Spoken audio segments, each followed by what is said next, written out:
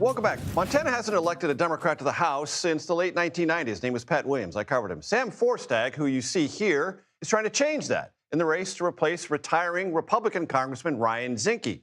Forstag is a smoke jumper, which means he jumps out of planes into remote wilderness to put out wildfires.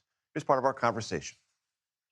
In your campaign video, you say you jump when there is a crisis or a siren. What are you jumping into and what are you jumping for?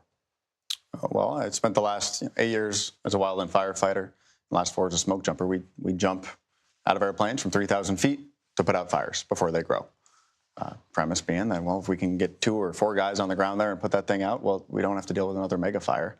And we're jumping into the most beautiful corners of the country, our public lands across the West.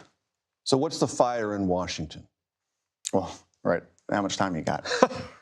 Right now, the biggest fires that people are dealing with back home in Montana, where I live, is, well, nobody can afford housing.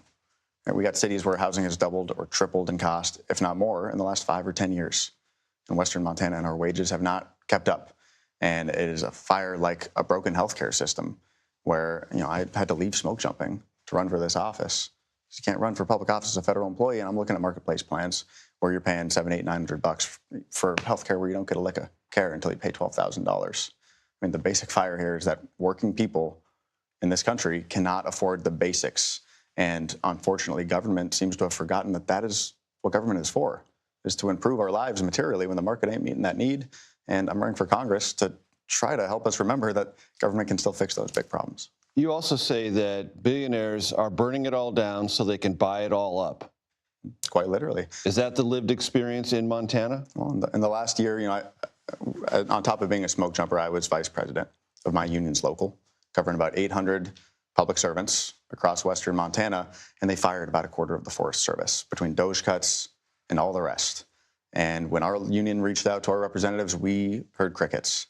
And most of the people that they were firing were making less than $20 an hour, swinging tools and running chainsaws to maintain our public lands. And, well, none of that is about efficiency, because there's nothing more efficient than somebody swinging a tool for $14 an hour to make sure you can make it up a road to a trailhead or up a trail to the wilderness. What it's about is power, and it's about consolidation, and it's about privatizing what few public goods working people still have access to in this country. And a fair number, I'm going to guess, of those rank-and-file members of your union voted for President Trump. Oh, yeah, I got friends and coworkers, lots of them, who voted both ways. And at the end of the day, well, there are a lot of people who are... What's the disconnect? Well, the disconnect, I would tell you, is that people's lives were not improving, not just in the last year, but the last 5 years or 20 or 30 years. I got coworkers who were just like me, making $19 an hour, jumping out of airplanes to put out fires in communities where you could not find a house for less than $500,000. And those people's lives did not materially improve after 4 years of Democratic control. And so you know what they did? They voted for the party out of power. And that's real frustrating if you're the head of a federal union, right? Watching working people lose their jobs, public lands and public services being gutted. But it's also perfectly understandable, because if you're working 2 or 3 jobs, like I did all the way through college, or if you're working 2 jobs worth of hours, you don't have time to follow the intricacies of policy making. Mm-hmm.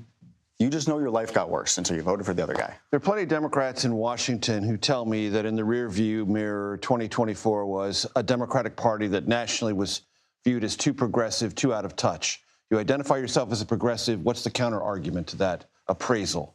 I'm running as a populist, because populism is what the Democratic Party is supposed to be about. It's what democracy is supposed to be about. And How do you define populism? I would define it as, well, you look at who the Democratic Party just lost last election. The majority of people making under $100,000 a year voted Republican.